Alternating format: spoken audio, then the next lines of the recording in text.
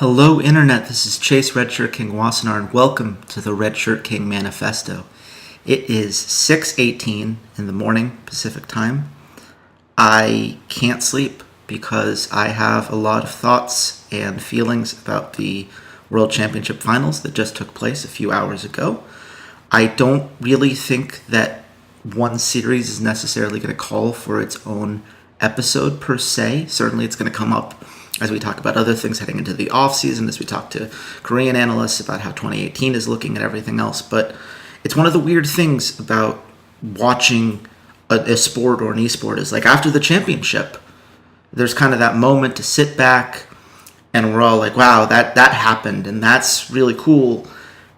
And then we just immediately go on into the off-season. And there are a lot of interesting storylines this off-season, especially with NA franchising, which there's going to be a full-length podcast coming out later this week that I'm very excited to have going on. So I understand that temptation, but I do think it's worth spending 15, 20 minutes on this series. I'm going to try to keep it down. But it was a really weird series to watch. I feel like there's been a huge series of conversations I've seen on Twitter about, it seems like everybody's talking about Faker, and it doesn't seem like people are really talking about Samsung, even though they're the ones who had this 3-0 victory, and I think that's very fair. I think that there are kind of two things that are at play there. One is just that Faker is this power figure, icon.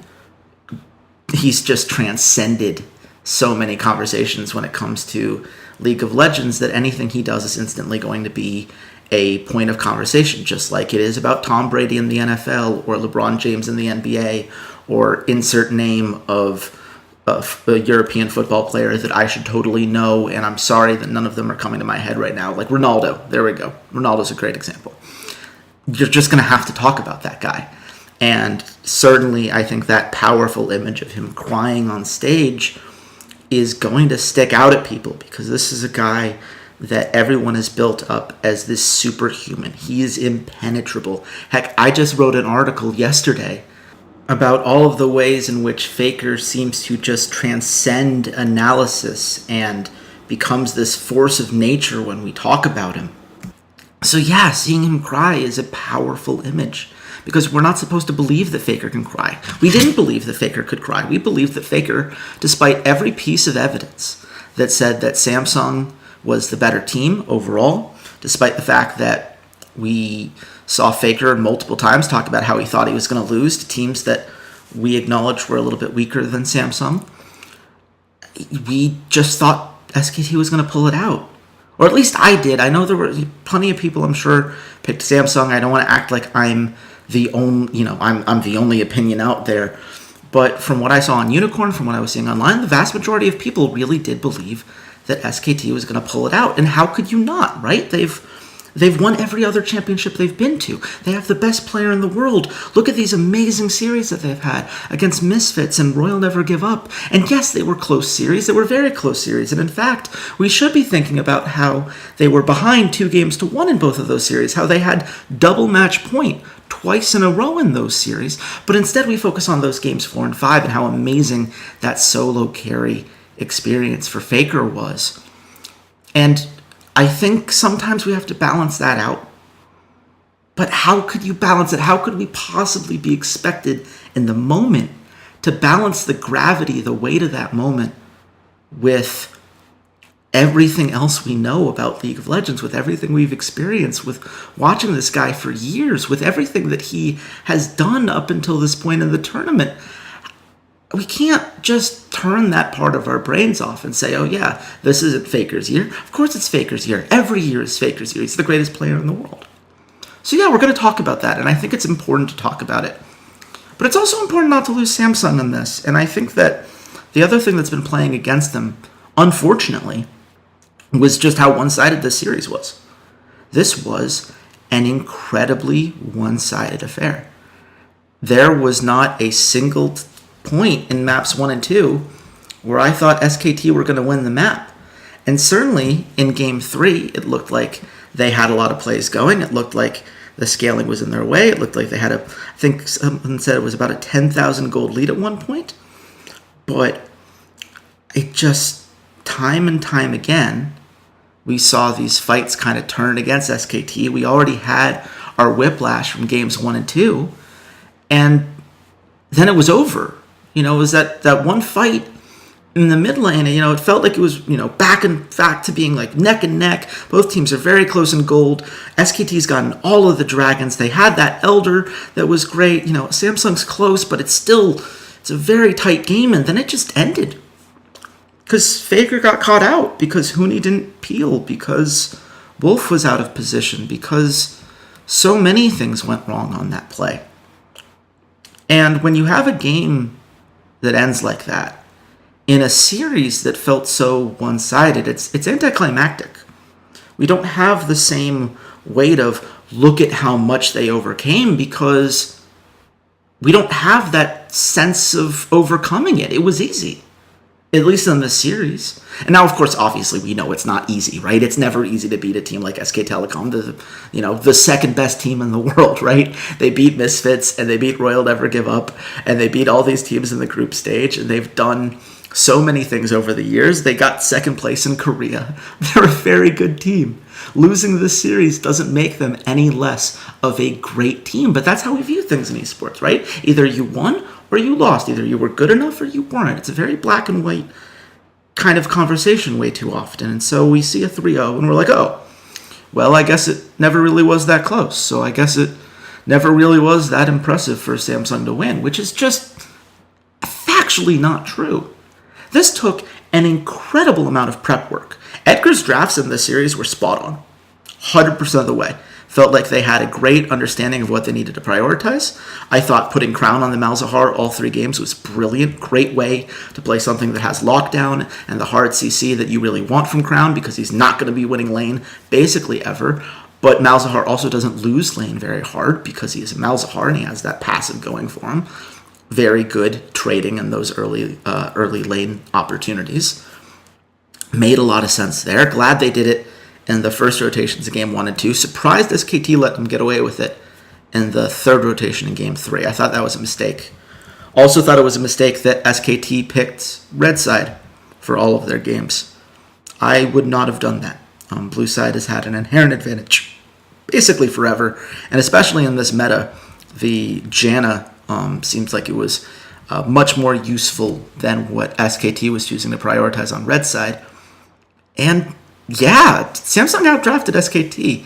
I don't know what those Gragas picks were doing. I don't know why they kept prioritizing it so highly, especially in something like Game 2 where that Jarvan was on the board. In fact, Jarvan was on the board for all of the games except for Game 1, and that's because it got banned in the second round of bans after SKT had already picked their Gragas. So I don't know. It was another example of how SKT feels like they've been one step behind, but then we don't give Samsung credit for being one step ahead, because everything they wanted to do, they got. They gave Ruler that, very comfortable lane. Let's win it early because we think that we're a better bot lane than Bang & Wolf at this point in the tournament, and they were, and they executed that very well. They played around Ruler's lane very well. Ambition did a very good job of ganking in that lane. He did a very good job in general on his engages. I thought that his Jarvan in particular in Game 2, some incredible flashes, just great instincts. I thought that everything that we've been hyping him up to be over the last couple of weeks as he's been taking that leap forward from what we saw in the group stage. The group stage, much more passive, much more, let's just get to the mid game and scale up, guys, and then I'll do my thing. I'll just focus on getting vision and kind of messing with the jungler a little bit before then. Now he was really making these plays, being that front line, giving them those opportunities to make plays. And they capitalized on all of those opportunities. And then we get to the stuff that I wrote about a week and a half ago, where we talk about how Core JJ and Ambition do such an amazing job of just securing that vision when they get an opportunity. They take a tower down, swarm of deep wards go down. Every time. You look at the map throughout that entire series, Samsung just dominated the map in terms of just pure control. And, we saw the stat about how SKT had placed fewer control wards than anybody else. I was surprised by that, because their wards per minute numbers aren't actually that bad. They just use their trinkets a lot better than most teams. But you felt it in a series like last night, because SKT could not get a fight on their own terms for the life of them until Game 3.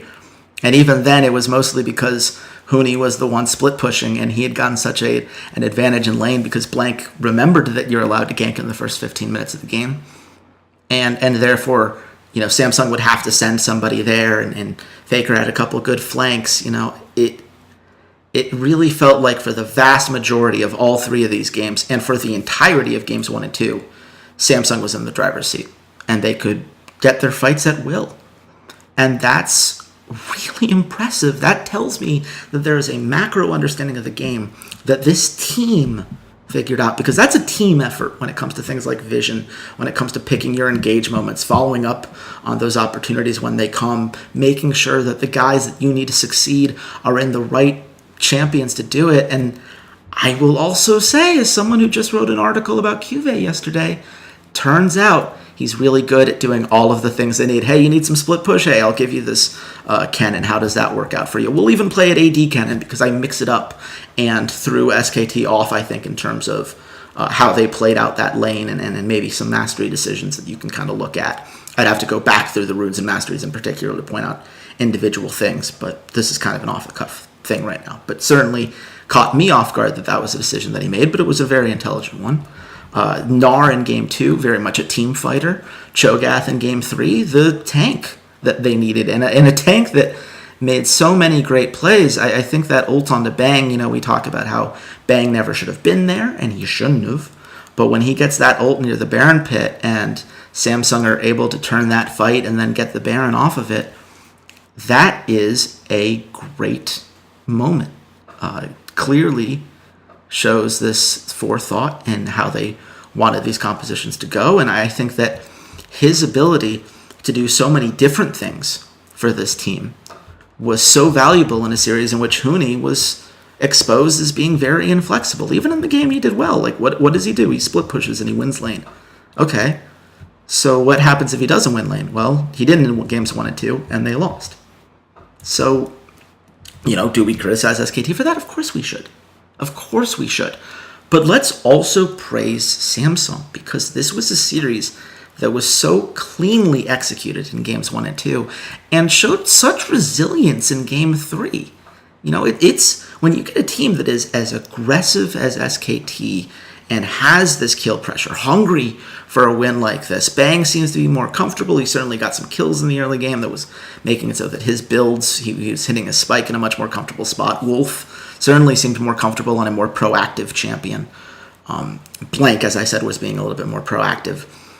That's really hard for a team to deal with. And 2 months ago, when they were playing in the LCK finals, Samsung couldn't deal with it.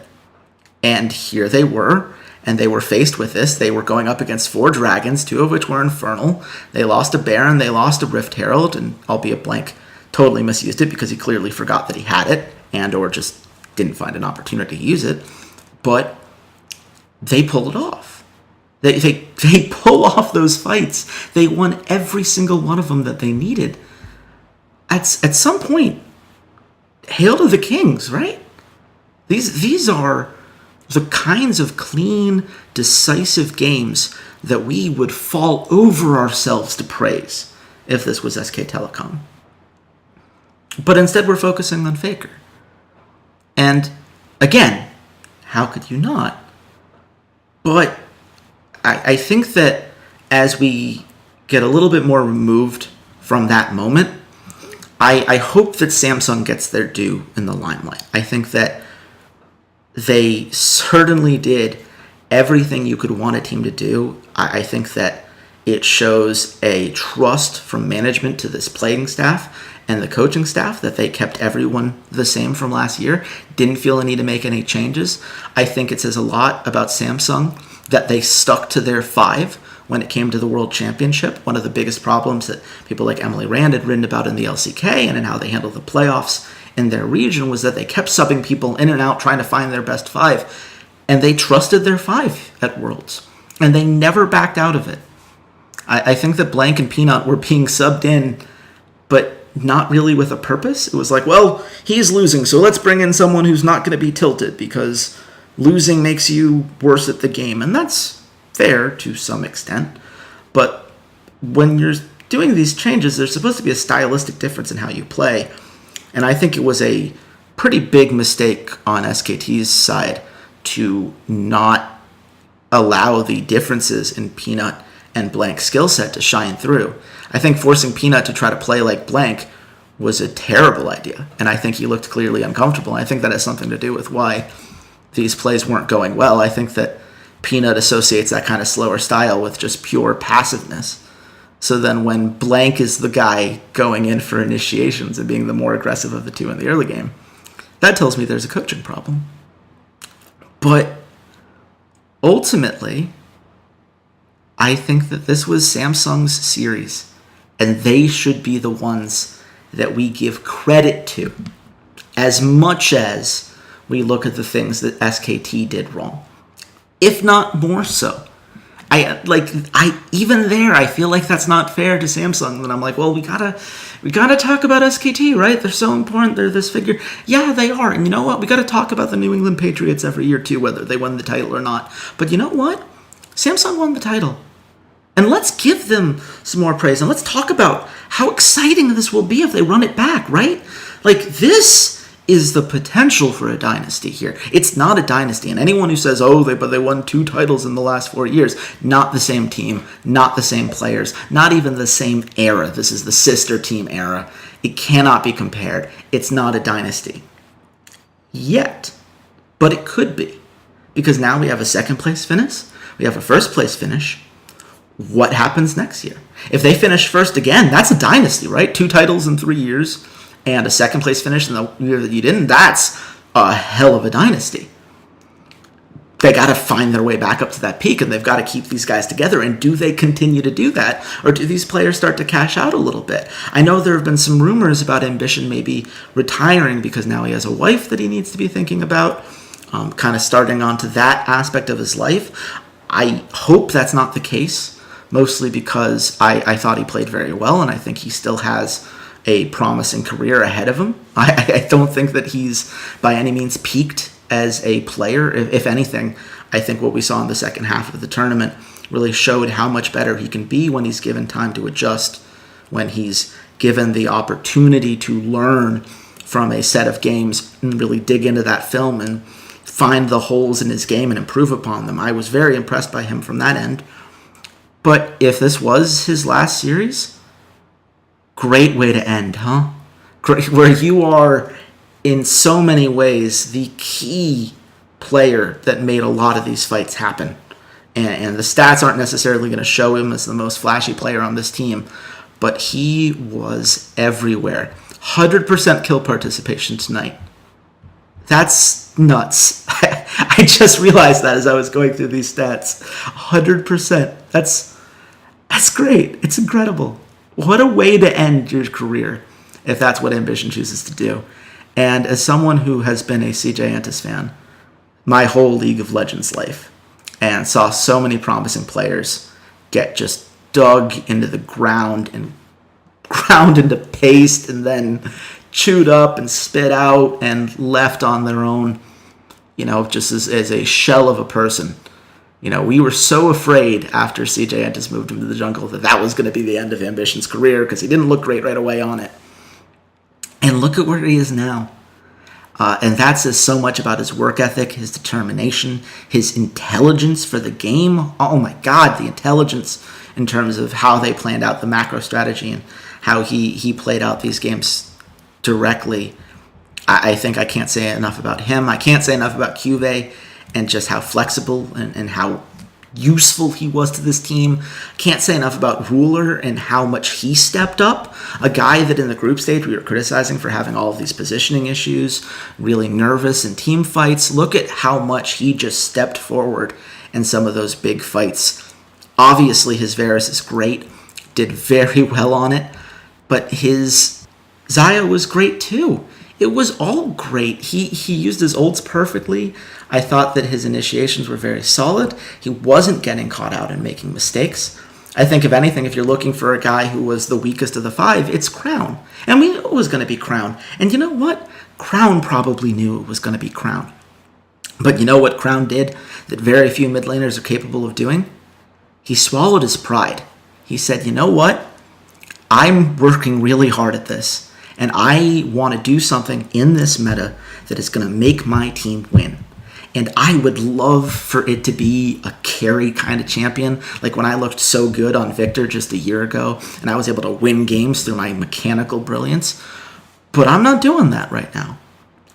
So if I can't play the Talia, which was either banned mostly by his own team, to be honest, but still, if I'm not going to play that, and I'm not sure that I can play that against Faker, because Faker knows that champion inside and out anyway, I'll play this Malzahar pick that no one else was using, right? This was not a thing before he made it a thing. He demonstrated just how useful this champion was in this meta, how much that lockdown was going to bring to the team as a whole, and he made it work. And that meant taking a step back to move his team 2 steps forward. And between that and the Lissandra pick that we saw earlier in the bracket stage, I feel like he gave his team more than the pure mechanics that he could have offered had he been playing some of his more comfortable carry champions, because he was giving them a tool that they desperately needed, which was the CC to take advantage of the vision that they were getting, so that when they got their fights, they had guaranteed value off of it.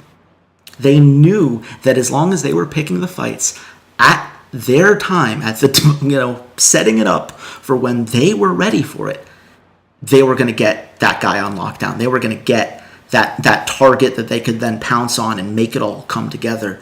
And it came together so many times over the course of the series. And, I guess I should say something about Core JJ, right? Because I've said something about everybody else. He played really well. His vision game is immaculate.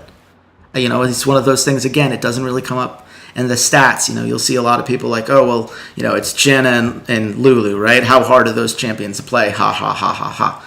I get the mechanical kind of conversation about it. I would say, we've seen plenty of Tarek games that he played earlier in this tournament, and for the record, I don't think that they get this far if it's not for him learning the Tarek and executing it so well against Longzhu in particular, and against WE to a lesser extent.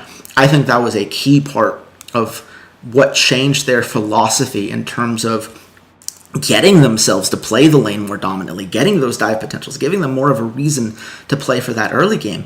And they didn't have to do that this time around because Ruler just stepped up and was a monster, and Janna made it very easily to make those trades, very much empowering him to do it, because that's what a Janna's supposed to do, but he did it very, very well. And again, whenever they got those towers down, guess who was there? It was Core JJ with all the wards you could ever want, making sure that they were going to keep pushing and keep getting those plays, because they always knew where the best opportunity to make the next play was. All of these guys played an incredible series. Absolutely. Every single one of them. And that's easy to say when you're just like, oh, well, that's because they won, right? Good players always look good when they win. But I can point to individual contributions that every single one of them made, both in this series and over the course of the tournament, that made this team better. This was a team. This was a team effort in the battle of the god of League of Legends versus the best team at the tournament. Teamwork won. And that's kind of awesome, right? This is one of those things where we have gotten so worked up in the West about how, oh, there's this gap and we're just never going to be good enough to beat up against the best players in the world. And with guys like Faker, we'll just never have the mechanics. We'll never be able to compete with a guy like that. And Samsung said, you don't have to. Misfits said you don't have to. Royal Never Give Up said you don't have to. Granted, they couldn't seal the deal, but Samsung certainly could. And all of those teams had talented players, don't get me wrong. You'd still have to be a very talented team. But the god couldn't do it alone. This is a different era of League of Legends now. And I hope that this retroactively gives guys like Bengi even more of a spotlight. guys who did such a good job of making the SKT machine run. I hope that people don't immediately just shit on Bang and Wolf, which I feel like is going to be the thing. Bang had a terrible series. I think he had a bad tournament overall. He was also one of the biggest reasons they did well at MSI. Wolf was the MVP at MSI. They were a huge part of why they did so well at Worlds in Season 6. Maybe let's not, put down the pitchforks and torches. I think that certainly you can have some tryouts and see what you find. But if they bring those guys back, I'm okay with that. I think jungle and top lane are going to need a change, because clearly they were not on the same page. Clearly they were not comfortable with what the team needed them to do. And when you see Faker going to something like the Karma, that's him basically saying, I am willing to sacrifice every carry potential that I have to try to make you guys do something worthwhile right now, because we desperately need it. And they still couldn't do it. And that's so tough for him. And it sucks to see that image. And I am going to keep coming back to that, because he is the greatest, and that does matter. But you know what else matters? This Samsung team's really good. And I think they're going to continue to be really good. As long as they stick together, as long as the vast majority of them stick together, they're going to do really well. And if Ambition leaves, and this is his last crowning moment, pun totally intended, great for him. And you know what? I think Haru will step up into this team just fine. His biggest problem was that he didn't have the game knowledge quite yet to keep the shot calling as well as Ambition did. But he's gotten to learn under Ambition for a year. He's gotten to watch how this team came together throughout the World Championship and how much they did make these changes and adjust and grow over time.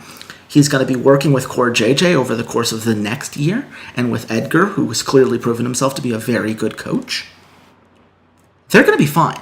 Even if they do get rid of Ambition, they're going to be fine. Not get rid of, if he retires. It sounds like such a terrible way of putting it. He'll leave us, but he'll never leave my heart in particular.